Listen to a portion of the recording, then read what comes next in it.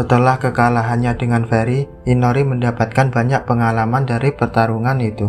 Pertama, dia kekurangan dalam hal kekuatan. Senjata yang dia gunakan dalam pertarungan hanyalah senjata hasil eksperimen untuk menguji skill blacksmith, dan bahkan dengan bahan yang acak.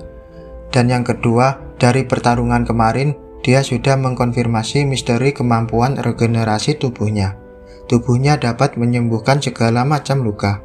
Saat tubuh melakukan penyembuhan, HP-nya akan berkurang, tapi masih belum diketahui aturan untuk kehilangan HP-nya. Terkadang ususnya pecah tapi HP-nya tidak berkurang sama sekali. Di lain waktu, HP-nya entah dari mana berkurang dengan cepat, seperti saat bulu Fairy mengenai berbagai bagian tubuhnya. Bahkan, kalau itu menembus kepalanya hanya akan memberikan 5 damage kepadanya. Dan jika lengannya robek akan memberikan 80 damage. Jadi pada dasarnya damage itu hanya mencerminkan jumlah daging yang hilang. Dan tentang kelemahan tubuhnya, kemampuan regenerasinya seakan tubuhnya berubah menjadi daging. Jadi kemungkinan yang tinggi kalau jantungnya adalah titik kelemahannya, karena jantungnya memompa darah ke seluruh tubuhnya. Begitulah kesimpulannya Inori. Kemudian Inori pergi ke perpustakaan untuk mencari informasi, dan dia menemukan bahwa vampir itu ada di dunia ini, dan kelemahan mereka adalah mithril. Namun Inori telah mencobanya, dan hasilnya itu bukanlah kelemahan Inori. Kelemahan vampir Inori adalah perak. Inori menjadi vampir di dunia ketiganya. Dalam kata lain, dibandingkan vampir lain di dunia ini, Inori sangat berbeda. Inori sudah naik level berkali-kali di dunia yang tanpa adanya skill atau level up. Di dunianya Inori yang saat ini tidak ada yang namanya skill atau naik level dengan berburu monster. Sistem kekuatannya adalah blessing atau berkah. Dengan kata lain, Inori adalah satu-satunya di dunia ini yang bisa level up atau naik level. Mata formasi sihir Inori tidak bisa mengingat lingkaran sihir di dunia ini, dan alat pengukur kekuatan di dunia ini tidak bisa mengukur kekuatan sihir Inori. Skill Inori dari dunia sebelumnya tetap dibawa tanpa memandang aturan dunia ini. Inori berpikir bahwa dia adalah makhluk yang menentang hukum dunia. Dalam beberapa bulan terakhir, Inori mempelajari skillnya dan membuat senjata yang lebih kuat. Dan setelah mengasah senjata untuk memotong sesuatu, langkah selanjutnya adalah mengujinya. Dan Inori sudah memiliki sesuatu untuk mengujinya. Itu adalah musuh yang sangat berharga yang berada di dalam hutan. Sekarang saatnya untuk melakukan ronde keduanya. Lalu Shin berpindah menunjukkan si Fairy yang sedang flashback tentang masa lalunya. Hutan ini adalah tanah di bawah fakta penyihir. Sebagai ganti tempat persembunyiannya, kita harus memusnahkan apapun yang membawa teror ke negeri ini, gumam si Fairy dalam pikirannya. Di tengah lamunannya, tiba-tiba Inori datang. Jadi kau alasan kenapa tidak ada apapun kecuali kecoa di hutan ini? Dan si Fairy membenarkannya. Si Fairy melihat bahwa Inori masih hidup. Dia tidak bisa memaafkan dirinya sendiri, yang bahkan tidak bisa membunuh hama belaka, dan membiarkannya lolos sekali. Kali ini si Fairy tidak akan membiarkan Inori lolos lagi, dan dia langsung menyerang ke arah Inori. Inori tersenyum melihat si Fairy sangat marah. Dia terus memprovokasi si Fairy agar semakin marah. Pertama, Inori perlu si Fairy untuk membangun kebencian yang lebih banyak, agar bisa mengalahkan orang yang lebih tinggi dalam kekuatan. Dan Inori yang jadi umpannya. Dia terus memprovokasi Fairy untuk membuatnya lengah. Si Fairy terus menyerang Inori dengan membabi buta. Si Fairy mengatakan, tempat ini dan saudara-saudaranya setara dengan hidupnya. Mendengar si Fairy mengoceh terus membuat Inori berpikir, dari awal sampai akhir motifnya selalu sama, untuk melindungi tanah ini, untuk melindungi saudara-saudaranya, seolah dia dilahirkan untuk melindungi, gumam Inori dalam pikirannya. Yang membuat Inori semakin semangat untuk menewaskan si Fairy. Kemudian Inori mengeluarkan sesuatu dari bayangannya. Fairy terkejut dengan yang dikeluarkan Inori, karena itu adalah saudara-saudaranya yang sudah dibunuh Inori. Inori berkata, dia dulu adalah saudaramu, tapi sekarang mereka adalah milikku. Wah. Dengan senyum jahatnya, Inori bertanya kepada si Ferry tentang perasaannya diserang oleh saudaranya yang seharusnya dilindungi oleh si Ferry. Melihat mayat saudaranya yang dimanipulasi oleh Inori membuat si Ferry semakin marah. Lalu dia menyerang Inori dengan gigitannya. Namun Inori berhasil menghindarinya. Ferry menyerang dengan sangat kuat yang seakan dia mau mengubah seluruh area ini jadi gurun. Sekarang Inori sudah merasa cukup untuk memprovokasinya. Sekarang si Ferry dikuasai oleh amarahnya yang membuat serangannya mudah dihindari. Semuanya berjalan sesuai rencana Inori. Selanjutnya Inori akan menggunakan familiarnya untuk menghambat pergerakan Ferry. Si Ferry merasa kesal karena Inori terus menghindar. Detik kemudian serangan Ferry mendarat kepada Inori dan membuat Inori terpental kuat dan menerobos pepohonan.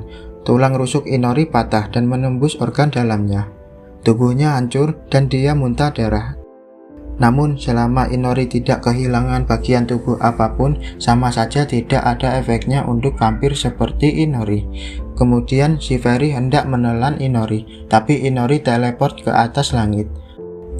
Melihat Inori berpindah ke atas langit, Ferry mengira Inori ingin kabur seperti terakhir kalinya. Dia langsung melompat ke arah Inori dengan mulut terbuka, dengan niat untuk mencokot Inori. Tapi Inori teleport ke belakang si Ferry. Teleport adalah skill darurat untuk melarikan diri, tapi itu memakan banyak mana. Sambil menghemat mana untuk jalan pulang, Inori harus melawan balik dengan efisien. Lalu Inori mengeluarkan pisau edisi terbarunya untuk menyerang Ferry dan berhasil melukai si Ferry. Kemudian si Ferry menyerang Inori dengan menggunakan bulunya, yang membuat Inori terpental semakin tinggi. Inori berterima kasih kepada serangan si Ferry, hingga membuat Inori bisa jadi makin tinggi. Inori mencoba memancing si Ferry dengan mengatakan dia bisa kabur dengan ketinggiannya saat ini. Si Ferry terpancing dengan ucapan Inori dan langsung melompat ke arah Inori. Si Ferry hendak menggigitnya, namun Inori teleport ke bawah di atas tanah. Melihat Ferry ada di atas langit, Inori langsung tersenyum licik. Kemudian familiar Inori mengeluarkan sesuatu dari bayangannya Inori. Melihat Inori berada di bawahnya, Ferry hendak menyerang Inori. Sayangnya, Inori langsung menggunakan Gleipnir untuk menjerat si Ferry. Gleipnir adalah rantai pengikat. Dalam mitologi Nordik, Gleipnir digunakan untuk menipu Fenrir yang kuat. Sama halnya yang dilakukan Inori saat ini. Sekarang si Ferry terikat oleh rantai Gleipnir. Ferry terkejut dengan rantai itu yang sangat kuat. Inori mengikat rantainya di sekeliling pohon-pohon dalam radius 300 meter, sehingga kekuatannya tersebar merata di sekeliling pohon-pohonnya. Inori mengatakan jika Ferry tidak bisa menghancurkan rantai-rantai ini, maka tidak ada peluang baginya untuk kabur. Diperlihatkan status Gleipnir dengan kualitas A+, dan memiliki kemampuan pengerasan dan pengurangan ukuran. Ferry bertanya-tanya kapan Inori bisa melakukan hal ini. Inori menjelaskan dia bisa dengan bebas memanipulasi apa yang dia kontrol dan menghapus aromanya. Meski sedikit beresiko, tapi dia menghapus aromanya untuk membuat si Ferry lengah. Kemudian Inori bergumam, yang paling penting adalah dia bisa terhubung dengan bayangan yang dia kontrol, dan dari bayangan pisau yang disebar selama pertarungannya, dia bisa mengeluarkan Gleipnir dan mengontrol melalui remote control. Inori menggunakan dirinya sebagai umpan, lalu teleportasi ke langit dan mengulur waktu untuk menyusun Gleipnir. Si Ferry memberontak untuk mencoba melepaskan diri, namun rantainya sangat kuat. Sekarang setelah selesai berburu, saatnya Inori untuk mukbang hasil buruannya.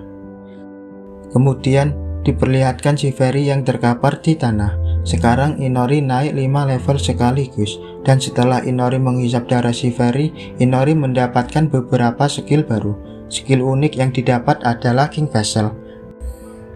Dan untuk skill biasanya yang pertama adalah Badge level 2, dan yang kedua Jam level 1, yang ketiga Flight level 1, yang keempat Evasion level 2, yang kelima Self Art, kemudian Self Control, yang kelima Self Art, kemudian Self Control level 1, dan terakhir Trapping level 2. Dan Inori juga mendapatkan gelar Giant Killing. Dan Inori juga mendapatkan